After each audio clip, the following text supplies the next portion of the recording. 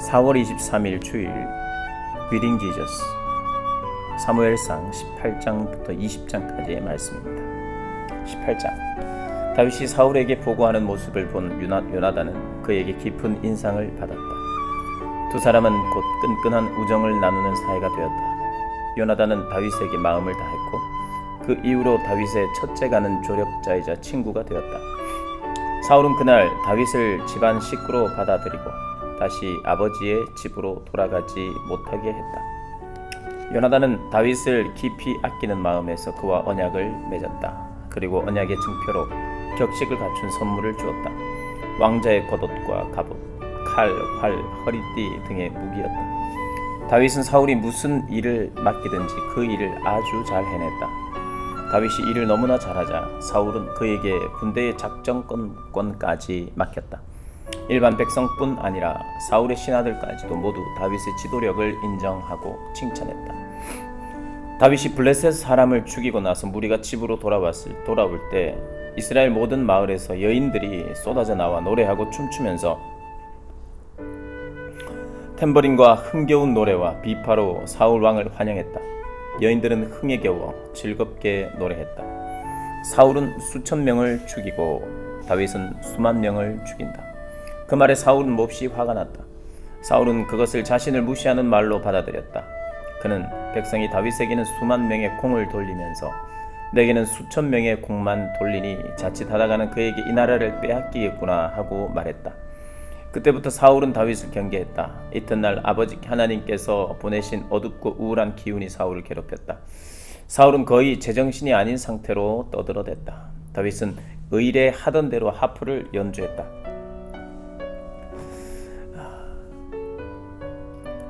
사울의 손에 창이 들려 있었는데 그가 갑자기 다윗을 벽에 박아버리겠다 생각하고는 그에게 창을 던졌다. 다윗이 몸을 피하여 창은 빗나갔다. 그런 일이 2번이나 있었다. 사울은 다윗이 두려워졌다. 하나님께서 사울을 떠나 다윗과 함께 계시는 것이 너무나 분명했다. 그래서 사울은 다윗을 군 지휘관으로 임명해 자기 눈에 띄지 않는 곳으로 보내버렸다. 다윗은 자주 전쟁에 나갔다. 그가 하는 일마다 다 잘 되었다. 참으로 하나님께서 그와 함께 계셨다. 다윗이 번번이 성공하는 것을 보고 사울은 더욱 두려워졌다. 그의 눈에는 임박한 재앙의 조짐이 훤히 보였다. 그러나 이스라엘과 유다의 모든 사람은 다윗을 사랑했다. 그들은 그가 하는 일을 즐겁게 지켜보았다. 하루는 사울이 다윗에게 말했다. 내 맏딸 메랍을 자네에게 아내로 주고 싶네. 나를 위해 용감하고 담대하게 하나님의 싸움을 싸워주게. 사울은 블레셋 사람이 나 대신에 다윗을 죽일 것이다. 굳이 내 손으로 그를 칠 필요가 없다는 생각을 품고 있었다. 다윗이 당황하여 대답했다. 진심이십니까? 저는 보잘것없는 집안 출신입니다. 제가 어떻게 왕의 사위가 될 수 있겠습니까? 결혼식 날이 정해져 메랍과 다윗이 결혼할 날이 다가오자 사울은 약속을 어기고 메랍을 무홀랏 사람 아드리엘과 결혼시켰다. 한편 사울의 딸 미갈이 다윗을 사랑하고 있었다. 이것을 전해들은 사울은 마침 잘 됐다는 듯 음흉한 미소를 지었다. 2번째 기회다. 미갈을 믿기로 해서 블레셋 사람이 그를 쉽게 처치할 수 있는 곳으로 내보내야겠다. 사울은 다시 다윗에게 내 사위가 되어주게 하고 말했다. 사울이 신하들에게 지시했다. 다윗을 따로 불러 왕께서 그대를 아주 좋아하고 왕궁 안의 모든 사람도 그대를 사랑하니 어서 왕의 사위가 되어주시오 하고 말해주시오. 왕의 신하들이 다윗에게 그대로 전했다. 다윗은 망설였다. 무슨 말씀입니까? 그렇게는 못합니다. 나는 보잘것없는 사람이라 드릴 게 아무것도 없습니다. 신하들이 다윗의 반응을 보고하자 사울은 그들을 시켜 다윗에게 이렇게 말하게 했다. 왕께서는 그대에게 돈을 바라지 않으시오. 다만 그대가 가서 블레셋 사람 100명을 죽이고 왕을 대신해서 복수했다는 증거를 가져오기를 바라신다. 왕의 원수들에게 원수를 갚으시오. 사울은 다윗이 전투 중에 죽기를 바랐다. 이 말을 듣고서 다윗은 기뻤다. 왕의 사위가 될 자격을 얻기 위해 자기가 할 수 있는 일이 생겼기 때문이다. 그는 지체하지 않고 곧바로 나갔다. 다윗은 부하들과 함께 블레셋 사람 100명을 죽이고 자루에 증거를 담아와 왕 앞에서 그 수를 세웠다. 사명을 완수한 것이다. 사울은 딸 미갈을 다윗과 결혼시켰다. 하나님께서 다윗과 함께 계신다는 것과 미갈이 그를 얼마나 사랑하는지 알면 알수록 다윗을 향한 사울의 두려움은 더 커져갔고 결국에는 증오로 굳어졌다. 사울은 다윗을 증오했다. 블레셋 장군들이 싸우러 나올 때마다 다윗이 나서서 그들과 맞섰다. 그는 싸움에서 승리했고 사울의 부하들 가운데서 단연 돋보였다. 다윗의 이름이 모든 사람의 입에 오르내렸다. 19장. 사울은 아들 요나단과 자기 신하들을 불러 다윗을 죽이라고 지시했다. 그러나 요나단은 다윗을 아꼈으므로 그를 찾아가 조심하라고 일러주었다. 아버지께서 자네를 죽일 방법을 찾고 있네. 그러니 이렇게 하게. 내일 아침에 들판에 나가 숨게. 자네가 숨어 있는 곳 부근으로 내가 아버지를 모시고 나가겠네. 그리고 아버지에게 자네 이야기를 할 테니 그분이 뭐라고 말씀하시는지 들어보세요. 그 후에 내가 해결책을 일러주겠네. 요나단은 아버지 앞에서 다윗 이야기를 꺼내며 그에 대해 좋게 말했다. 부디 다윗을 해치지 마십시오. 그가 아버지께 잘못한 일이 없지 않습니까? 지금까지 그가 행한 좋은 일들을 봐주십시오. 그는 목숨을 걸고 블레셋 사람을 죽였습니다. 그날 하나님께서 이스라엘에 얼마나 큰 승리를 주셨습니까? 아버지도 그 자리에 계셨습니다. 아버지도 보시고서 일어나 다른 모든 사람과 함께 손뼉을 치며 기뻐하셨습니다. 그런데 어째서 아무 이유도 없이 다윗을 죽여 무고한 사람에게 죄를 범할 생각을 하십니까? 사울이 요나단의 말을 듣고 말했다. 네 말이 옳다. 하나님께서 살아계심을 두고 맹세하는데 다윗은 살 것이다. 죽임을 당하지 않을 것이다. 요나단이 사람을 보내 다윗을 불러서 그 말을 모두 전했다. 그리고 다윗을 다시 사울에게 데려갔다. 모든 것이 전과 같아졌다. 다시 전쟁이 나자 다윗이 나가서 블레셋 사람과 싸웠다. 그는 블레셋을 쳐서 크게 이겼다. 그들은 필사적으로 도망쳤다. 그런데 하나님께서 보내신 어둡고 우울한 기운이 사울을 덮쳐 그를 사로잡았다. 그때 사울은 손에 창을 들고 왕궁에 앉아 있었고 다윗은 음악을 연주하고 있었다. 갑자기 사울이 다윗에게 창을 꽂으려 했으나 다윗이 피했다. 창은 벽에 박혔고 다윗은 도망쳤다. 밤에 일어난 일이었다. 사울은 다윗의 집으로 사람들을 보내어 그의 집을 잘 감시하고 있다가 날이 밝는 대로 그를 죽이라고 시켰다. 그러나 다윗의 아내 미갈이 그에게 사태를 알렸다. 서두르세요. 이 밤에 몸을 피하지 않으면 내일 아침 죽게 됩니다. 미갈은 창문으로 다윗을 내보냈고 다윗은 무사히 도망쳤다. 그런 다음 미갈은 가짜 신상을 가져다가 침대에 뉘어 놓고는 그 머리에 염소털 가발을 씌우고 이불을 덮었다. 사울의 부하들이 다윗을 잡으러 오자 미갈이 말했다.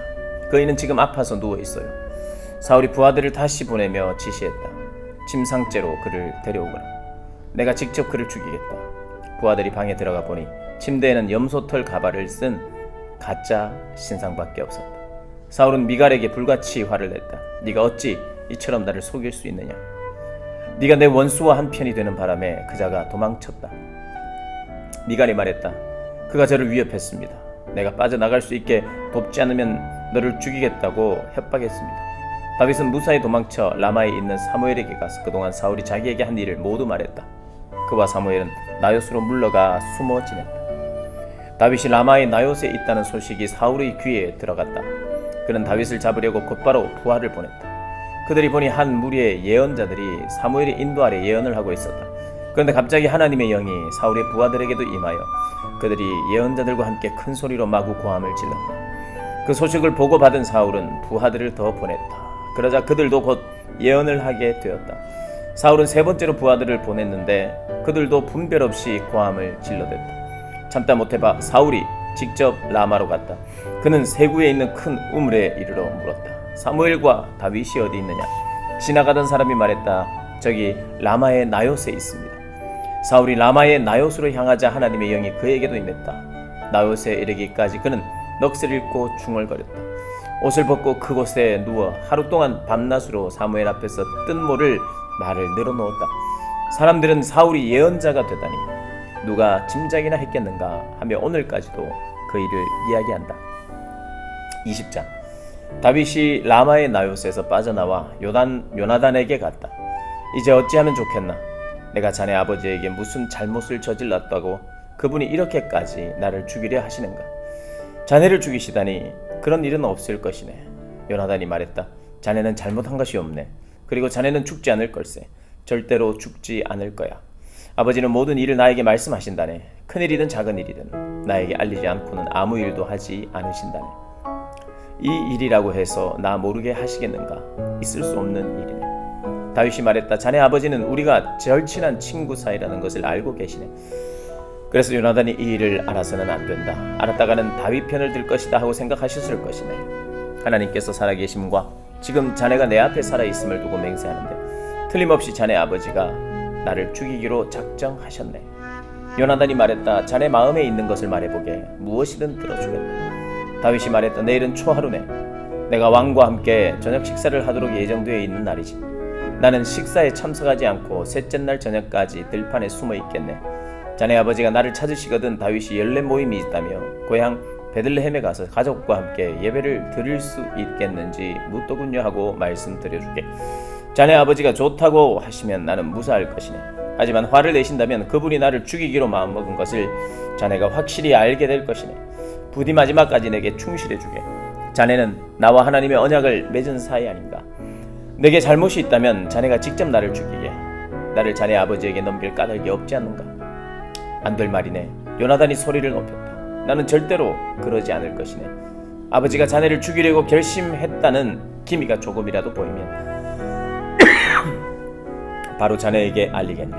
다윗이 물었다. 자네 아버지가 호되게 꾸짖으시면 누구를 보내어 나를 알리겠는가?